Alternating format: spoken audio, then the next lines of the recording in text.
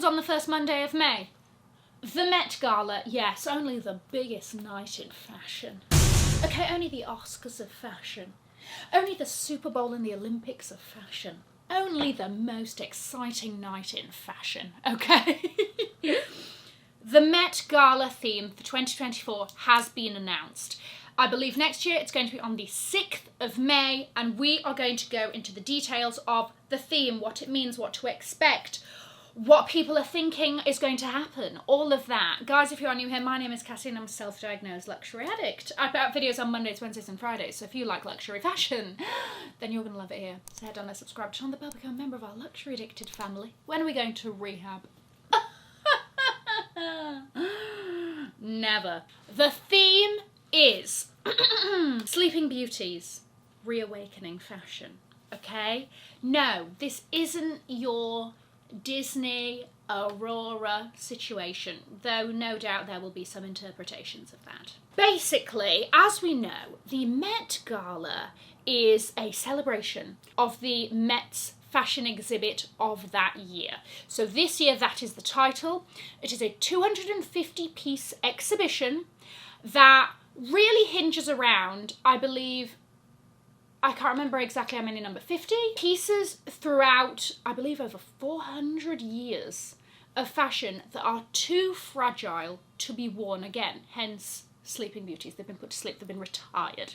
Okay. There is also going to be an element that goes along with this about nature. I believe that the exhibit is going to be split up into land, sea and sky, and that will have something to do with the materials used. The exhibition is also going to have a very big sort of lean onto technology to help bring these pieces to life again, okay? Apparently the that magician's trick, what is it, Pepper's Ghost, mirrors, you know, David Blaine, rabbit out of a hat business, is going to be happening to sort of, I'm assuming, kind of make these pieces move and whatever in the way that they would have. Now, when I'm talking about especially the natural world and, like, you know, we've said land, sea and sky, and you're like, hold on a second. You know, we've got cotton, we've got silk, we've got your viscose, your whatever. Land, sea and sky, where is this coming in? Some of the examples of the pieces are like Alexander McQueen 2011 butterfly dress that was worn in the Hunger Games. Iconic moment. Kind of wasted, if you ask me. I'm not a Hunger Games girly, okay? I mean, I watched them and everything, but, like, I wouldn't watch it again. Anyway, I don't know if that was a terrible thing to say. I don't know if, like, the Hunger Games fans are like, to the level of, like, Harry Potter and Twilight fans. Either way, I stand by it, that's my truth. Worn by Elizabeth Banks. Whilst not actually made out of butterflies, they are, I believe, made out of, like, silk, right? But there is one that is made out of clams, I think. Like clam shells. Like, there's not this sort of the organism still sort of hanging around in there. I think it's just the clam shells, right? I can only imagine the cacophony of sounds that would come off that dress, you know? Imagine walking and there's just sort of... Cassie? End it here. Also, kind of other pieces that were featured in the initial pictures that we've got gowns from Dior from 1949. Something that happens with the Met Gala is that design houses will buy tables at the event, okay? And then I think it's a table of 10, and that will be filled with the designer and the celebrities that design house brings to the event, okay? So, for example, Versace will have a table of Versace ambassadors or celebrities dressed in Versace with Donatella Versace around the Versace table. Understood. And whilst the list of design houses that buy tables is different every year, there does seem to be the same kind of usual suspects. I've created a little list here of designers that we saw in this year's, that we saw a lot on this year's red carpet and who had tables. Valentino, Givenchy. There were also some haute couture Givenchy pieces in this exhibition, apparently. Atelier Versace, Ralph Lauren, Stella McCartney, Chanel, Marc Jacobs, Fendi, Gucci, Schiaparelli. Schiaparelli also is a part of the exhibition. You just know that Schiaparelli's going to bring it. Okay, like, we will be seeing some vintage, okay, Cassie, we're going to get back to what I expect and what I want to see. Dior, Thom Browne, Burberry, McQueen, Saint Laurent. So that kind of gets your mind going with, okay, what to expect from each of these houses. And because of the theme of this year, Sleeping Beauties, we're going to see a lot of dip into the archives, right? Bringing out some of those vintage pieces. I want to see those iconic vintage pieces brought back to life, worn again. What's interesting actually was, for this year's Met Gala, which was obviously sort of a tribute to Karl Lagerfeld, we saw a couple of celebrities re-wearing their vintage Chanel looks.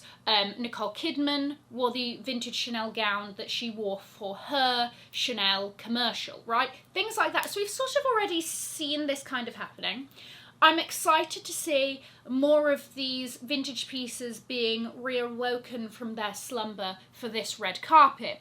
But another big thing here, and I think that this is a brand that they're going to really, really deliver, is who sponsors the event. So each year, a brand, couple of brands, whatever, will co-sponsor the event. So this event is sponsored by TikTok, so you will be seeing a lot of people invited by TikTok, so TikTokers, get ready for that, and also Loewe. And this is where I think this is going to be interesting, because as we know, Jonathan Anderson for Loewe, he very much leans on that kind of novelty, unwearable, but really amazing pieces that kind of go down the runway and you're like, how did you do that? We're never going to see these pieces worn. They have, in effect, been put to bed. Are we going to see similar things on the red carpet from the Loewe team? I really hope so. I want to see the unwearable. I want to have those moments of like, okay, this is art, this is artistry. And the Met Gala red carpet is really where we're going to see that. You're not going to see this at the Grammys. The Oscars is where you just see, you know, like beautiful gowns, people looking beautiful. I want to see art. I want to see people walking in pieces of art down this red carpet in May. All right, is that too much to ask for? If we take the term Sleeping Beauty, the other ways that we're sort of going to see this, I think because we've seen the incorporation of technology as part of the exhibition, I wouldn't be surprised if some designers take that technology aspect and do something with that in the pieces, right? This kind of like, my mind shoots to, I'm a McQueen girly, okay? But the McQueen show where the robot painted the dress, right? And that was like an event. This also is taking me back to when Lady Gaga did her performance for camp and she had like 4 outfits going on. I wish to see a performance like that. If it's the McQueen one, I will be over the moon. I want to see something like that on the red carpet. I want the performance. I want the sing and dance. I want theatre. I wouldn't be surprised if we see an incorporation of technology. I wouldn't be surprised if we saw something that was, you know, sort of Tupac's hologram, you know, with some of the pieces, or like a really simple piece, but then sort of projected onto it is an iconic piece that we know and love, but is obviously far too fragile to wear. This also harks back to, and I'm going to be getting into this because people are talking about it on social media, when Kim Kardashian wore Marilyn Monroe's dress and, you know, some things were done to it. That was a Sleeping Beauty. So, you know, that's also been brought up as well. But another aspect of this is Sleeping Beauties as pieces, but also Sleeping Beauties as brands.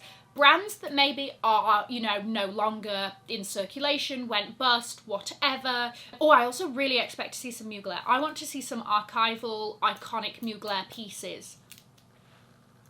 That's what I want. Yes, Cassie, how have you only just thought of that? Oh my gosh, fantastic. Like, I want to see, you know, Irina Shayk was with the motorcycle doing all of that. I want to see a bit of that, okay, on the red carpet. I want to see those black and white Mugler pieces that had like a little bit of bum crack cut out on the red carpet. Yes, okay. I really, really hope these celebrities and design houses deliver. I will be grossly disappointed because I think this is a really, really good theme, and I think a lot of really amazing, iconic moments can be done with this. Rihanna, of course, is going to bring something that neither of us have ever thought of, right? And our jaws will drop. But yes, dead designers. Designers like Christian Lacroix. Designers like, what other brands have sort of died? Oh, I'm sure there's many, of which I can think of absolutely none as I film this video. But you know what I mean. Are we going to sort of see those pieces come back up? I don't know. Eras of brands that have happened. Certain creative directors for certain brands. That kind of thing.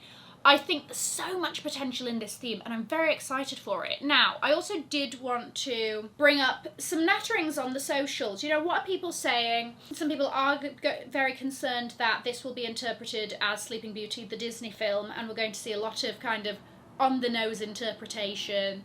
There's also a Victor and Rolf collection that was sort of as though the woman was like sleeping on a bed. I kind of love that though, because that's taking it extremely literally to a point that, like, oh my gosh, it's brilliant, and not let me dress up as Aurora from Sleeping Beauty. Understood? There's a difference, there's a nuance between those two things. Okay, here we go. Met Gala theme explained. Oh, sustainably driven, technology-edged, and nature craftsmanship-centered designs. Okay. Yeah, we're also seeing people predict puff, right? So that sort of sleeping duvet. Oh, I just thought of Andre Leon Talley and the Norma Kamali duvet puffer that he wore. R.I.P. Legend. Maybe we'll see an interpretation of that, you know?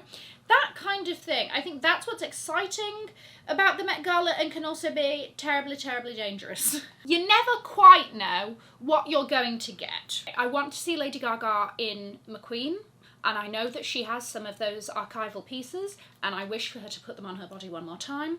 I know a lot of people are also very concerned, what with Kim Kardashian wearing Marilyn Monroe's dress, that like people are actually going to wear pieces that are far too fragile to be awoken for such an event. I think it's going to be really, really good if we interpret the theme well.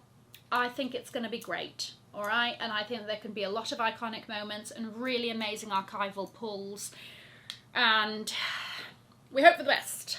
Who are you excited for? Look, my top three every time that I'm excited for: Rihanna, Lady Gaga, Blake Lively. Two of the three weren't there last year. And my year has reflected them not attending. I don't know what the correlation is, but it's the truth, so I expect to see them there next year. Let me know specific pieces that maybe you would love to see worn. I will go into cardiac arrest if somebody is in the Plato Atlantis shoes. That is all I want. The armadillo shoe. That is all I want. I believe there are 10 in the world, and I believe that the Met owns a couple. They'll probably be in the exhibition anyway. But still, I need to see them, and I would absolutely love it. This request is for Lady Gaga, and I need you to deliver. Your absence was felt. Okay? There you go. Let me know what you think. I'm going to leave a link to another video over here in case you haven't already seen it. Have an amazing morning, afternoon, or evening, wherever you are, and in the words of my father, if you've enjoyed it, tell your friends. If you haven't, keep your mouth shut. I will see you in my next video. Mwah. Bye, guys.